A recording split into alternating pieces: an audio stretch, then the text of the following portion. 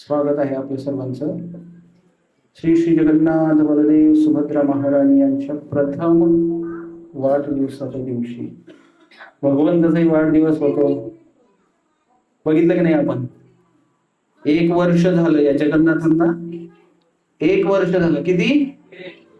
तसं तर भगवान श्रीकृष्ण जेव्हा कुरुक्षेत्रावरती होते तर कुरुक्षेत्रावरती किती वर्षाचे होते भगवंत आपल्या सर्वांना माहिती आहे का? 125 वर्षाचे होते. आणि 125 वर्षाचे असताना त्यांचे काही केस दाढी पांढरी झाली होती असं नाही. इथं आहेत काही जण दिसत आहेत पांढरी झालेली दिसत आहेत. तर भगवंतांना असं काही होत नाही, कारण भगवान श्रीकृष्ण नेहमी किती वर्षाचे राहतात वृंदावनामध्ये?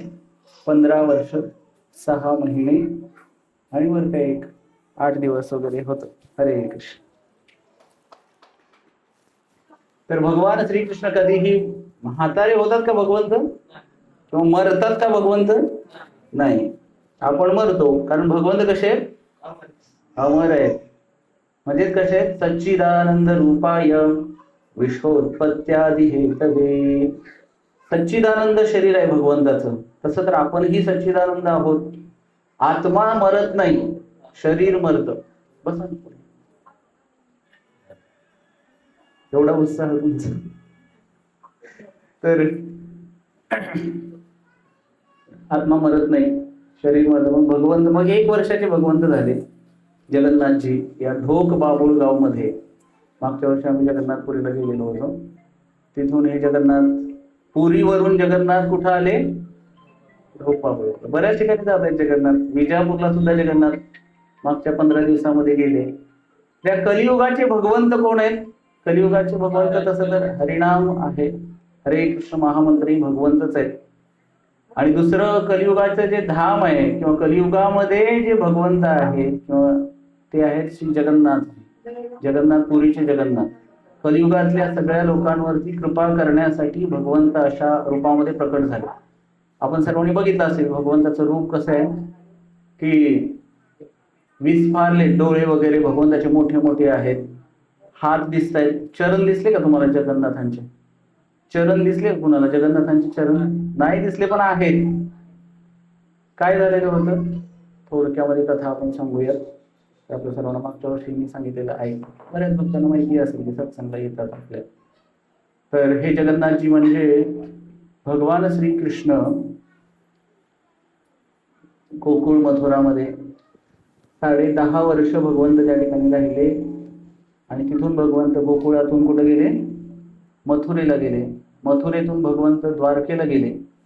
आणि त्या द्वारकेला भगवंत गेल्यानंतर वृंदावनवासियांना भगवंतांनी सांगितलं, आयासे आत्ता जाऊन आलो. जेव्हा अक्रूर न्यायला आलेले होते भगवंतांना, आवाज थोडासा घुमतोय. अक्रूर भगवंताला नेण्यासाठी आले होते. आणि न्यायला आल्यानंतर भगवंतांनी सांगितलं वृंदावनवासियांना, सगळेजण जाऊ देणार भगवंताला. कृष्णाला सोडायला कोणी तयार नव्हतं आणि आम्ही कृष्णाला धरायला तयार नाहीये, ही आमची अवस्था आहे. कृष्णाला सोडायला तयार नव्हतं ना आम्ही कोणी कोणी धरले इथं कृष्णाला? सांगावं. कृष्णाला पकडलेले कोण कोण आहे? काही जणच आहे, बाकीच्यांनी वाऱ्यावर सोडले. कृष्णाला पकडणारे कोण कोण आहेत? तर 2-4 जणांनी हात वर केला. म्हणजे थोडं धरलं असेल, थोडा हात वरती केलाय म्हणजे. आणि काही जणांनी काहीच पकडलेलं नाहीये. तर भगवंताला पकडावं लागतं. हृदयबंदी काना केला आत विठ्ठल कोंडीला. काय गरज आहे त्या विठ्ठलाला कोंडायची? आणि का कृष्णच का? हे पण प्रश्न पडत असेल सर्वांना. बरेच देव आहेत, मग कृष्णच का? अहो, आमचा देव कुठला? आमचा खंडोबा, आमचा म्हसोबा, आमचा बिरोबा, मग तुमचा आमचा भैरोबा, असे कितीतरी बा आहेत. सगळ्या बांचा बा कोण आहे? विठोबा. कोण आहे? असं आपले परमपूज्य लोकनाथ स्वामी महाराज, गुरु महाराज म्हणत असतात. आणि ते खरेही आहेत, कारण सगळ्या देवी देवतांमध्ये भगवान श्रीकृष्ण हे पूर्ण पुरुषोत्तम भगवंत आहेत. शास्त्र जर तुम्ही वाचलं, गीतेमध्ये भगवंत सांगतात, मयाध्यक्षेण प्रकृती सूयते सचराचरम हेतुनानेन कौंतेय जगद्वी परिवर्तते. आणि मग किंवा मग मुक्ती प्रदाता कोण आहेत? सगळे देव देवता जेव्हा आपण पूजा करतो, पूजा अर्चा करतो, तर बाकीचे देव कुठलाही मुक्ती देऊ शकत नाही. कुठलाही देव तुम्ही घेतलं तर मुक्ती देऊ शकत नाही. फक्त मुक्ती प्रदाता कोण आहेत? भगवान श्रीकृष्णच आहेत. हे पण आपल्याला समजायला हवं. पण बऱ्याच वेळेला आमची भोळी भाबडी भक्ती आणि अज्ञानामुळं आम्ही भगवान श्रीकृष्णांना शरण जात नाही.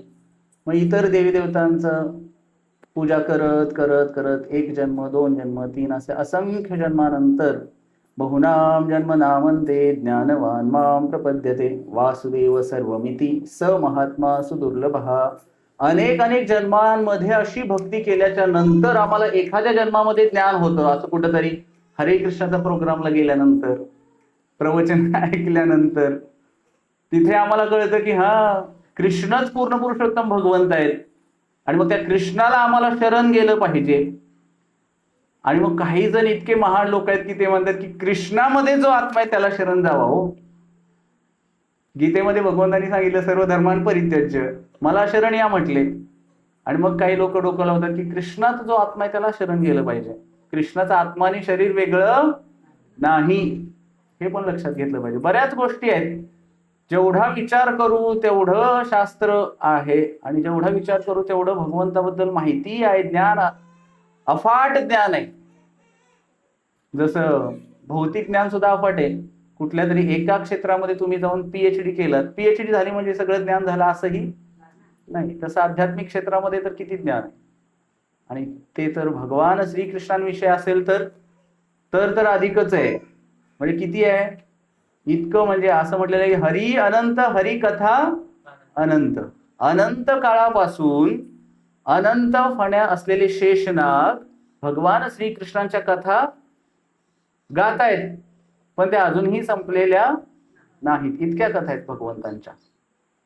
आणि त्या कथांमध्ये विशेष श्रीमद भागवत या कलियुगामध्ये. आणि मग हे भगवंत जेव्हा द्वारकेला गेले, तर ते द्वारकेला गेल्यानंतर वृंदावनवासियांना राहावत नव्हतं भगवंताच्या आठवणीमध्ये. इतके वेडे झाले होते सगळेजण. कोणी गोपी डोक्यावरती ओढणी घेऊन गोवर्धन धारण केल्याप्रमाणे म्हणायची, हे सगळ्यांनी या, मी गोवर्धन धारण केलेलं आहे. इतके कृष्णाप्रती आसक्त झालेले होते ते. खाणं पिणं सोडून दिलं होतं सगळ्यांनी. आणि यशोदा आणि नंदबाबा तर नुसते रडतच होते. 100 वर्ष, किती 100 वर्ष भगवंत आलेच नाहीत. बघा कृष्णावर विश्वास तरी कसा ठेवायचा तुम्ही म्हणा.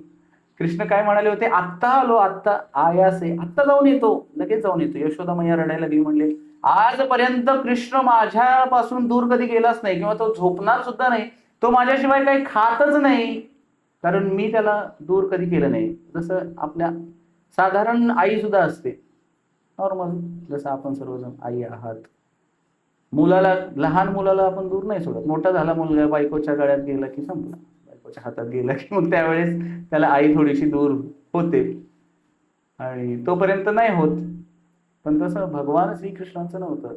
यशोदा मातेने कधीच त्याला दूर केलेलं नव्हतं, किंवा भगवंत दूर झालेले नव्हते. कधी कधी भगवंत नंद महाराजांच्या सोबत जवळ झोपायला गेले तर झोप यायची नाही देवाला. भगवंत झोपायचे नाही, खुसफुस खुसफुस. नंद महाराज म्हणायचे तू जा, कुठे जाऊन झोप? यशोदा माई जवळ जाऊन झोप. भगवंत तिथं गेले की शांत झोपायचे.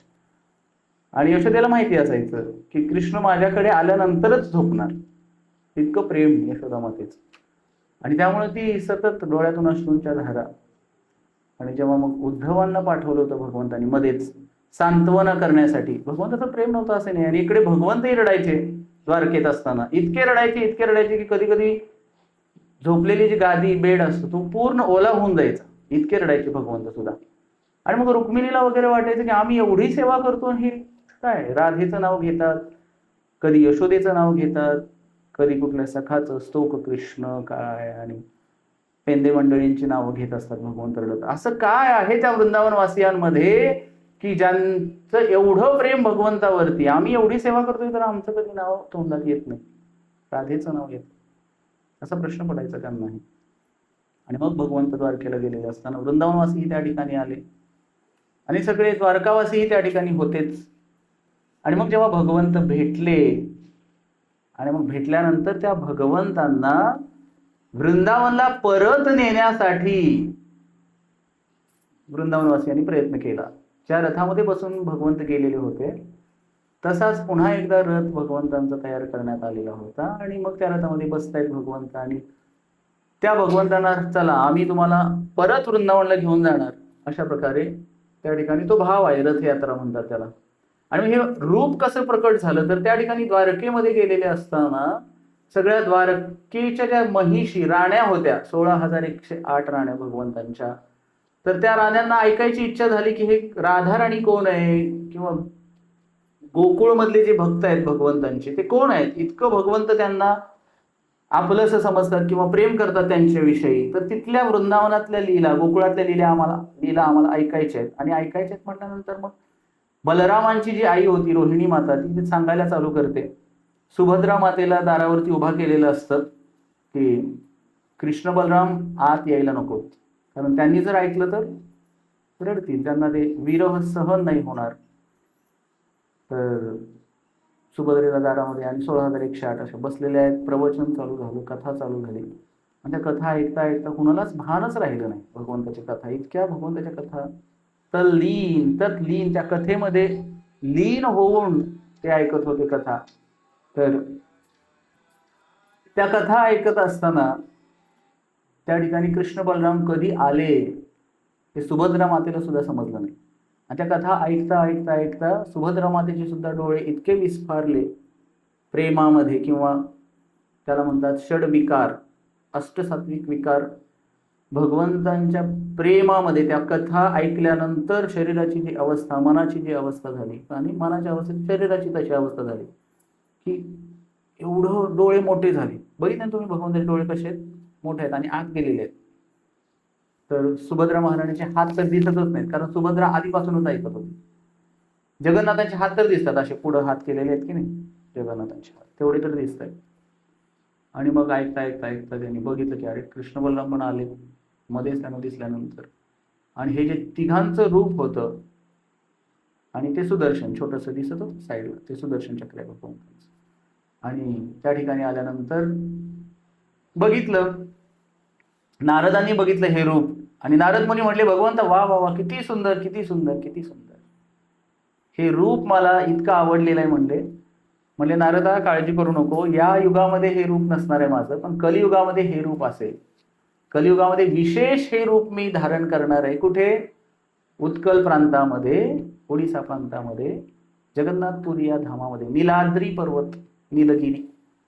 आणि त्या ठिकाणी भगवंत आज जे जगन्नाथजी आहेत त्या ठिकाणी. आणि असं सांगितलेलं त्या जगन्नाथपुरीचं खूप महात्म्य आहे कलियुगामध्ये, की जो कोणी रथारूढो वच्छन, रथावरती बसलेल्या त्या जगन्नाथाचं जो कोणी दर्शन करेल तो त्याचा उद्धार, किंवा त्याला परत जन्म घ्यावा लागणार नाही, किंवा त्याला मुक्ती प्राप्त होईल, असं सांगितलेलं.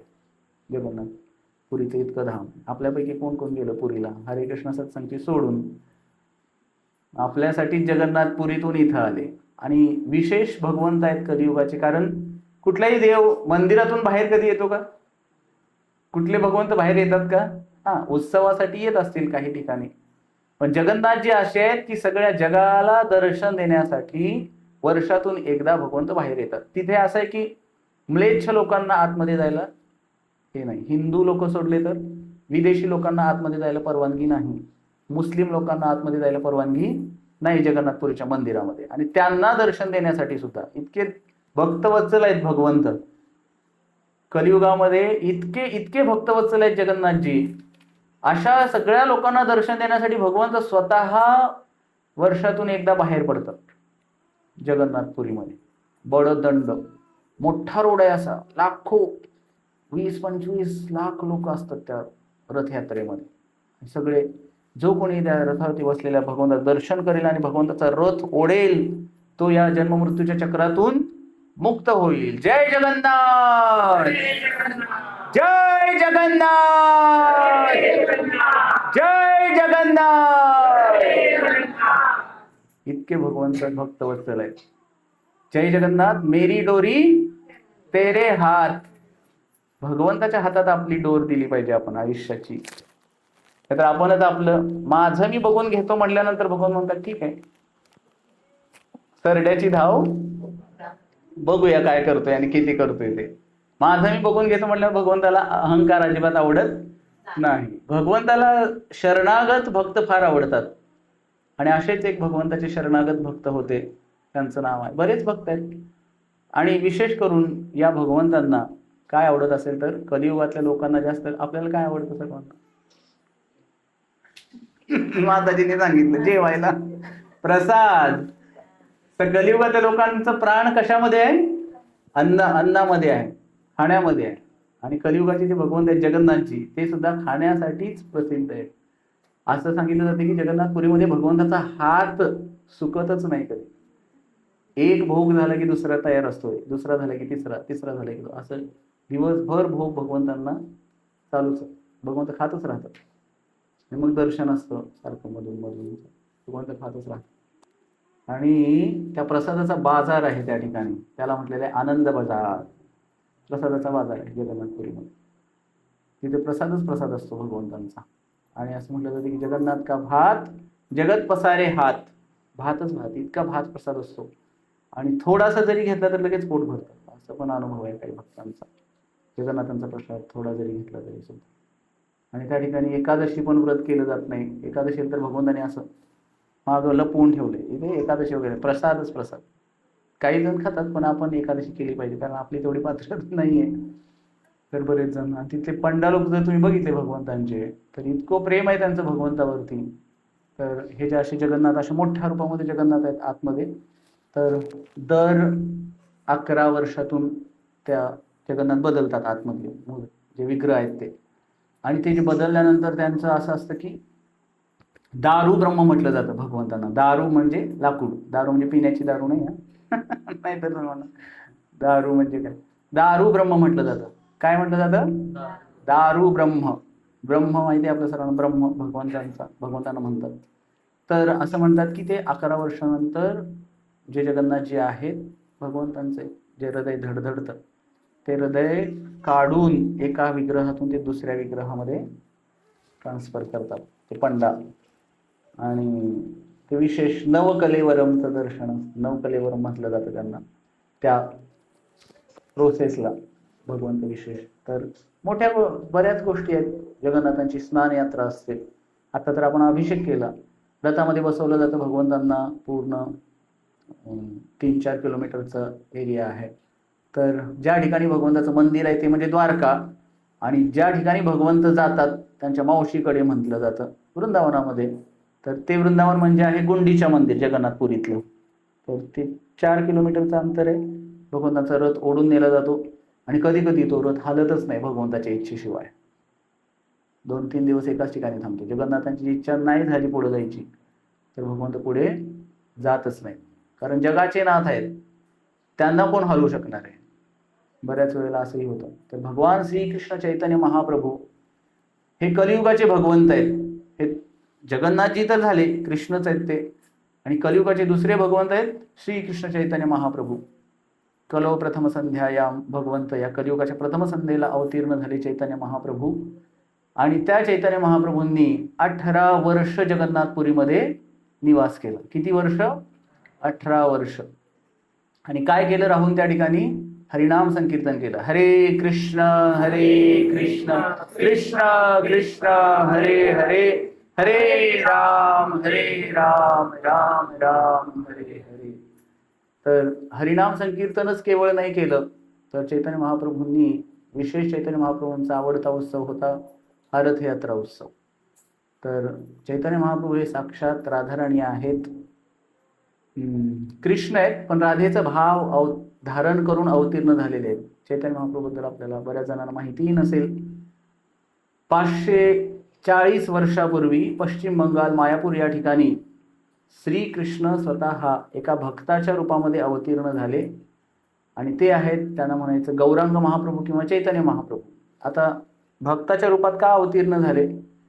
कारण राधेचा जो भाव आहे, किंवा जेव्हा राधा आणि कृष्ण एकत्र येतात, भेटतात, तर त्या राधेचं कृष्णावरती इतकं प्रेम आहे, त्या प्रेमाचं आस्वादन करण्यासाठी चैतन्य महाप्रभू कृष्ण राधाराणीच्या रूपामध्ये किंवा राधेची कांती धरून, ते राधेची त्वचा किंवा राधेचा रंग घेऊन आणि राधेचा भाव, राधेचं हृदय धारण करून या कलियुगामध्ये अवतीर्ण झालेले आहेत.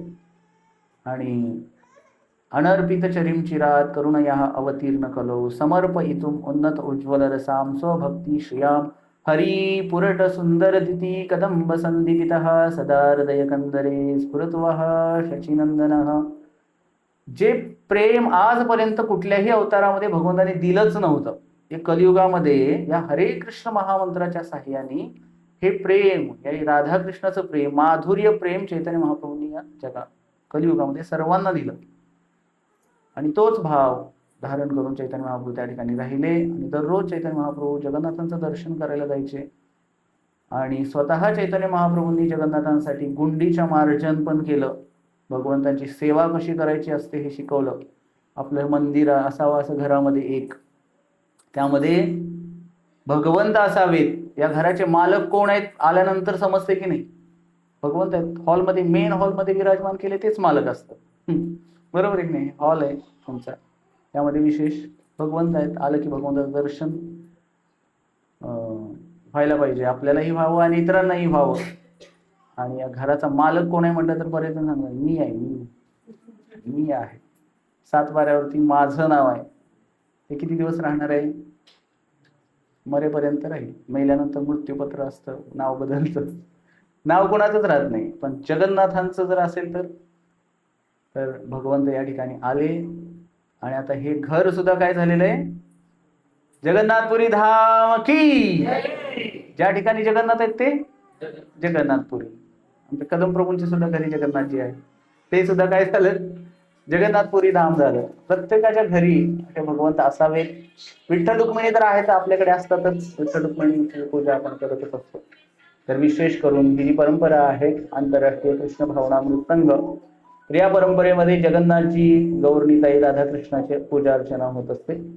तर त्यामुळं या ठिकाणी 1 वर्ष झालं भगवंत जगन्नाथजी आले. तर मी सांगत होतो की भक्तवत्सल आहेत. आणि विशेष करून जगन्नाथांना काय आवडतं, खिचडी आणि खाजा. खिचडी प्रसाद आवडतो. तर जगन्नाथपुरीमध्ये असताना भगवंताला भूक फार लागते. सकाळी सकाळी उठलं की भगवंताला भूक लागते. लहान मुलांना भूक लागते. ते पोरगं रडायला लागले, मुलगी रडायला लागली. कृष्णप्रिया बघा नाव सुद्धा. आल्यानंतर काय बदल झाला, काही लोक म्हणतात अहो काय हरे कृष्ण मध्ये जाऊन काय बदल होतो, आमच्यामध्ये बदल होतो. तिचं नाव सुद्धा त्यांनी काय ठेवलं, कृष्ण भावनेमध्ये आल्यानंतर काय बदल होतो. तर आजच सकाळी लाडली माताजी म्हणून परमपूज्य लोकनाथ स्वामी महाराजांचे शिष्य आहेत, सॅन डिगो, मनस्वी कृष्ण प्रभू, ते क्लास देत होते. पण सॅन डिगो नावाचं ठिकाण आहे, अमेरिकेमध्ये आहे. तर त्या ठिकाणातल्या त्या तिथल्या माताजी आहेत, त्या तिथले होत्या त्या. आणि त्या अनेक वर्षापूर्वी परमपूज्य लोकनाथ स्वामी महाराजांकडून दीक्षा घेतली त्यांनी. आणि विशेष बघा, अधिक मास चालू आहे. या अधिक मासामध्ये त्यांनी शरीर सोडलं. हरे कृष्ण महामंत्र म्हणत म्हणत त्यांनी देहत्याग केला. अंतकाळी विठू तुझे स्मरण घडावे याचसाठी केला होता अट्टाहास. काय, कशासाठी? संसार चांगला व्हावा, घर बांधावं, गाडी बंगला मिळावा, लेकरा बाळांची लग्न व्हावी, ती यासाठी अट्टाहास त्यासाठीच करत असतो. अट्टाहास कर, सांसारिक लोक कशासाठी अट्टाहास करतात, कशासाठी करतात? यासाठीच. हे सगळं तर जबाबदारी आहे, पारही पाडली पाहिजे. पण त्याच्यातून त्याच्याही पुढचं, त्याच्याही श्रेयस्कर, त्याच्याही मोठं ध्येय काय आहे, भगवत प्राप्ती आहे. आणि त्या माताजींना काल त्यांनी देहत्याग केला किंवा शरीर सोडलं, भगवंत प्राप्ती झाली. आयुष्यभर भगवंताची सेवा आणि हरिनामाचा जप केल्यानंतर का भगवत प्राप्ती होणार नाही, हे कृष्ण भावनेचा एक परिणाम आहे. आल्यानंतर आता या ठिकाणी भगवंत आहे. जिकडे बघा तुम्ही, त्या भिंतीवर बघा कृष्ण दिसत आहेत, पाठीमागं बघा कृष्ण दिसत, इकडे बघा कृष्ण दिसत आहेत, समोर बघा कृष्ण दिसत आहेत, त्यांच्याकडे बघा डोक्याला तिलक दिसेल, गळ्यात माळ दिसेल. ही आहे कृष्ण भावना, चेतना. आणि या चेतनेमध्ये जेव्हा बदल होईल तेव्हा सगळं काही बदलतं. तर हा बदल होणं गरजेचं आहे. आणि त्यामुळे भगवंत घरामध्ये असणं गरजेचं आहे. गृहस्थ म्हटल्यानंतर विग्रह आराधना गृहस्थांसाठी विशेष आहे. घरामध्ये भगवंत असावे, त्यांची पूजा अर्चाही व्हावी, आम्ही करावी. दररोज भगवंताची पूजा अर्चा नित्य नेमाने केली पाहिजे. भगवंताला विशेष नैवेद्य अर्पण केला पाहिजे. भगवंताची आरती केली पाहिजे, गुरुचा स्वीकार केला पाहिजे. बरेच जण म्हणतात अहो आम्ही गुरु केलाय, आम्ही गुरु केलाय. गुरुनी काय सांगितलं तुम्हाला? बरेच जण सांगत असतात. तर गुरुच कसा असावा, किंवा ह्यालाही शास्त्र आहे, शास्त्रसंमत असावा, त्याची लक्षणे असावीत, ती दिसावीत, त्यामध्ये बऱ्याच गोष्टी आहेत. तर विशेष भगवंत खिचडी आवडते, तर भगवंत काय करायचे जगन्नाथपुरीमध्ये, सकाळी पुजाऱ्यांनी उठवायच्या अगोदरच कर्माबाई नावाची भक्त होती भगवंताची. काय नाव होतं? कर्माबाई. म्हातारी होती बिचारी. ती काय करायची की खिचडी बनवायची, खिचडी तांदळाची, भाताची खिचडी असते ती. आणि ती कशी बनवायची? सकाळी उठल्या उठल्या दात घासत, जसं असेल तसं ते ठेवायचं चुलीवरती, जाळ लावायचा, खालनं शिजवायचं, आणि भगवंत यायचे तिची खिचडी खाण्यासाठी. जगन्नाथ, बलदेव, सुभद्रा तिघं पण यायचे. गरम गरम ती खिचडी काढून भगवंतांना खाण्यासाठी द्यायची. भगवंत भरपेट खिचडी खायची आणि द्यायचे. नित्य नियम झालेला होता. आणि सगळ्यांना, बऱ्याच जणांना माहितीही झालं की जगन्नाथ मंदिरातून, वेदीवरून जगन्नाथ उठून कर्माबाईकडे जातात खिचडी खाण्यासाठी. आणि मग एकदा एक असेच साधू त्या ठिकाणी, त्यांनाही समजलं की खिचडी खाण्यासाठी भगवंत जातात, तर आपणही जाऊन भेटलं पाहिजे. काय महान भक्त असेल ती, जिच्या घरी भगवंत स्वतः जातात. आणि गेले. मग त्यांनी बघितलं की किती उठते सकाळी, ब्रश करत करत उष्ट्याच हाताने सगळं काही ठेवते आणि बनवते, हे करते ते करते. मग त्यांनी तिला सगळं काही कार्यक्रम झाल्यानंतर सांगितलं की अहो असं करू नका, तुम्ही नियम पालन केलं पाहिजे. भगवंत आहेत साक्षात, जगाचे नाथ आहेत, आणि त्यांची सेवा पूजा करायची म्हटल्यावर सारखं ते आचमन करणं, आता तुम्ही मगाशी बघितलं असेल, मी पण करत होतो बऱ्याच गोष्टी, पूजा अर्चा, त्याचे नियम असतात, ते नियम पालन करायला पाहिजे तुम्ही. आणि असं कसं काय तुम्ही एवढं अस्वच्छ राहून असं सेवा करत आहात? मग त्यांना नियम शिकवले. आणि मग दुसऱ्या दिवशी ते म्हणते की हा ठीक आहे, उद्या तुम्ही सांगितले तसं करेन मी महाराज. दुसऱ्या दिवशी जगन्नाथजी आले, तर कर्मबाईची अजून आंघोळच चालू आहे. आंघोळ करून खिचडी बनवायला सांगितली होती त्यांनी. जगन्नाथजी वाट बघतायत, कर्मबाई म्हणते थांबा थांबा थांबा. आणि मग कशी तरी मग त्या दिवशी खिचडी करते ती. ती खिचडी भगवंत काय पूर्ण काय खात नाहीत, आणि अर्धीच खाऊन, वेळ झालेला असतो, पुजारी उठवणार, सकाळच्या आरतीची वेळ, भगवंत तसेच जातात अर्धी खिचडी खाऊन. आणि कर्माबाई नंतर दर्शनाला जेव्हा जाते त्या दिवशी, त्यावेळेस जगन्नाथानं म्हणते भगवंत आज असं का अर्धीच खिचडी खाल्ली? खिचडी आजची कशी झाली होती? तिला वाटलं की एवढं चांगली स्नान करून, एक नियम पालन करून, मंत्र बोलून, सगळं काही करून आजची खिचडी स्पेशल झाली असेल. भगवान म्हणले काय आजची खिचडी? रोजच्या सारखा स्वादच नव्हता म्हणे त्याच्यामध्ये. रोज जशी खिचडी बनायची तशी खिचडी बनली नव्हती, त्यामुळे मी, आणि वेळ पण किती केला, उशीर किती केलास म्हणे आज. तर म्हण हे कोणी सांगितलं तुला आंघोळ करून बनव? आणि हे एक तर सकाळी मला इतकी भूक लागलेली असते, आता सवय पण झाली मला खिचडी रोज खायची, आणि आज इतका उशीर झाला. तर असं सांगते, काल रात्री असे एक महाराज साधू आले होते, त्याने असं सांगितलं. कोण होता म्हणे तो साधू? कोणी सांगितलं तुला? आणि त्यांचं ऐकायची काय गरज होती का? मग भगवंत त्या साधूच्या स्वप्नात जातात आणि सांगतात बाबा तू जास्त शहाणा आहेस का? तुला माझ्यापेक्षा जास्त कळतं का? म्हणले भगवंत, मला काय हवंय ते तुला जास्त समजायला लागलं का? शास्त्र आता तू माझ्या भक्तांना शिकवणार का? तर भगवंत इतके भक्तवत्सल आणि प्रेमाचे भुकेले आहेत, जाऊन सांग म्हणे तिला, जसंच रोज करत होती तसंच कर म्हणून. कारण भगवंत एकदा का भगवंताशी प्रेम झालं एखाद्याने, आपण भगवंताला आपलं म्हणणं वेगळं आहे, आणि भगवंताने आपल्याला आपलं म्हणणं, दोन्ही गोष्टीमध्ये फरक आहे. लक्षात आलं ना? आपण म्हणतो विठ्ठल माझा माझा माझा माझा माझा, विठ्ठल माझा मी विठ्ठलाचा. पण भगवंतानी जर म्हणलं की हा माझा आहे, नागनाथ प्रभू माझे झाले, इथले नागनाथ पाटील माझे आहेत, असं म्हणले म्हणून भगवंत आज त्यांच्या घरी आले. बरोबर आहे की नाही?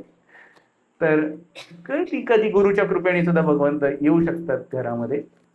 भगवंत कधी कधी गुरु सांगू शकतात की हा तुम्ही विग्रह आराधना करा, विग्रह घ्या, विग्रहांची सेवा पूजा करा. तर कर्माबाईला भगवंताने स्वतःच म्हणून कर्मा कर्मा म्हणजे लवकर कर म्हणत होते भगवंत, म्हणून तिचं नाव काय झालेलं होतं? कर्मा. आणि मग ती खिचडी पण आज सुद्धा ती खिचडी प्रसिद्ध आहे. असे अनेक भक्त आहेत, भगवंताच्या अनेक लीला आहेत जगन्नाथपुरीमध्ये. तर असे भक्तवत्सल जगन्नाथजी, आणि या कलियुगाचे भगवंतानी जसं म्हणतं जागृत देवस्थान, लोकांना जागृत देवस्थानाची आवश्यकता असते. कुठं जर गेलं तर काहीतरी आपल्याला लगेच पटकन प्राप्त करायचं असतं. असे लगेच प्रसन्न होणारे भगवंत आहेत. त्यांना फक्त काय 2 टाइम भोग अर्पण करायचा. भरपूर खायला दिलं भगवंताला की भगवंत प्रसन्न झाले. जगन्नाथजी फार प्रसन्न होतात. तर आजही आपण भगवंतांना काही भोग अर्पण करणारच आहोत. आणि आता भगवंताची आरती होईल. तर आपण सगळेजण महान आहात. अधिक मास चालू आहे. विशेष बघा किती भाग्यवान आहात तुम्ही. अधिक मासामध्ये भगवंत जगन्नाथांचा पहिला वाढदिवस तुम्हाला अभिषेक करायला भेटलं भगवंताचा. पहिल्यांदा कोण कोण केला अभिषेक? मागच्या वर्षी बरेच जण होते यातले. पहिल्यांदा अभिषेक कोण कोण केलं? अभिषेक पहिल्याच वेळेस कोण कोण केला असं कोण कोण? गेल्या वर्षी केलं. हा, पहिल्या वेळेस केलं. बघा यांनी पहिलं म्हणजे भाग्यवान ठरले की नाही. भाग्यवान जीव. कोण भाग्यवान जीव आहेत? ज्यानं भगवंताने आपलंसं केलं किंवा ज्याने दर्शन झालं भगवंताचं आपल्याला, आणि अभिषेक ही सेवाही भेटली आपल्याला, कीर्तन ऐकायला भेटलं, प्रवचन ऐकायला भेटलं. हे भाग्यवान जीव आहे. नाहीतर बाकीचं सगळं आहेच की काय उपयोग त्या सगळ्याचा करून. पुन्हा पुन्हा ते आपल्याला कुठे अडकवणार आहे? संसारिक चक्रामध्ये अडकवणाऱ्या गोष्टी आहेत सगळ्या. आणि ह्या भगवत विषयक ज्या गोष्टी आहेत, भगवंतांविषयीच्या आहेत, त्या गोष्टी संसारातून बाहेर काढणाऱ्या आहेत. म्हणून भाग्यवान आहात आपण सर्वजण. या ठिकाणी हरे कृष्ण महामंत्र पोहोचला, आपण तो ऐकला, आपण म्हणला, आणि तुमच्या डोक्यात घुसला का हृदयात मंत्र? कोण म्हणून दाखवेल? नवीन पैकी मंत्र डोक्यात नाही जायला पाहिजे. मंत्र भगवंत हृदयामध्ये धारण करायला पाहिजे. ती कथा सुद्धा भगवंताची हृदयामध्ये धारण करायला पाहिजे. तर अशा प्रकारे हा महामंत्र आहे. आपण सर्वजण जप करू शकता. नागनाथ पाटील प्रभू करत असतात. तरंगी प्रभू ही आमच्यासोबत काही जण येतात, यातल्या यात्रेला येतात. काही प्रभूजी पण आले होते यात्रेला आमच्यासोबत. तर एकमेका सहाय्य करू अवघे धरू सुपंथ. आपण या भौतिक जगातले नाही आहोत. तुम्ही कुठले म्हणून विचारलं तर तुम्ही काय सांगाल? आम्ही ढोक बाबुळगावचे, आम्ही पाटील वस्तीवरचे, किंवा आम्ही मोहोळचे. आपण सगळे कुठले? आम्ही ढोक बाबुळगावचे, आम्ही वैकुंठवासी. तुकाराम महाराज म्हणून गेले. मग ते एकटेच होते का? सगळेच आपण वैकुंठाचे आहोत. आणि परत पण कुठं जायचं आपल्याला? वैकुंठाला जायचं. आणि श्रील प्रभुपादांनी ही मुवमेंट चालू केली, back to Godhead. Prabhupada प्रत्येक ठिकाणी म्हणतात किंवा जाणीव करून दिली की आपण इथले नाही आहोत, आपल्याला पुन्हा भगवतधामामध्ये जायचं आहे. आणि हे संतच जाणीव करून देऊ शकतात, कारण त्यांना समजलेलं आहे की आपण इथले नाही आहोत. पण आम्ही इतके त्या संसारामध्ये अडकून पडलोय की आम्हाला कधीही वाटत नाही. आम्हाला वाटतं की हा सगळं कसं चालू आहे, म्हणलं की चांगलं चालू आहे, व्यवस्थित आहे, सगळं काही ठीक आहे. काय ठीक आहे? आपल्याला कधी कधी म्हणा संसारात सगळं काही ठीकच आहे म्हणतात लोक, चांगलंच चालू आहे. कितीही अडचणी आल्या आणि काही आलं तरी चांगलं चालू आहेच म्हणतात सगळे. कोणी म्हणतं का वाईट चालू आहे? नाही, कारण संसार सोडायचं वाटत नाही लोकांना. नाम घेता उठा उठी होय संसाराची तुटी. आणि संसार तुटायचा असेल तर नाम कशाला घेऊ म्हणतात लोक. तुकाराम महाराजांनी सांगितली संसाराची तुटी होईल. तुटी म्हणजे संसार संपेल, नष्ट होईल. त्या संसारात आम्हाला काही हे राहणार नाही. पण आम्हाला ते नको आहे, आम्हाला संसारच करायचा आहे. मग कर मर कर आणि इथंच मर, परत कर, परत जन्म घे, परत मर, हे पुन्हा चक्र चालू राहणार आहे. या सगळ्यातून बाहेर पडायचं असेल तर जगन्नाथांच्या चरणाचा आश्रय घेतला पाहिजे आणि हरिनामाचा आश्रय घेतला पाहिजे. हरे कृष्ण कृष्ण कृष्ण हरे हरे, हरे राम राम राम हरे हरे. जय जगन्नाथ. जगन्नाथ बलदेव सुभद्रा महाराणी की, श्रील प्रभुपाद की, उपस्थित भक्त वृंद की, गौर प्रेमानंदे. हरे कृष्ण.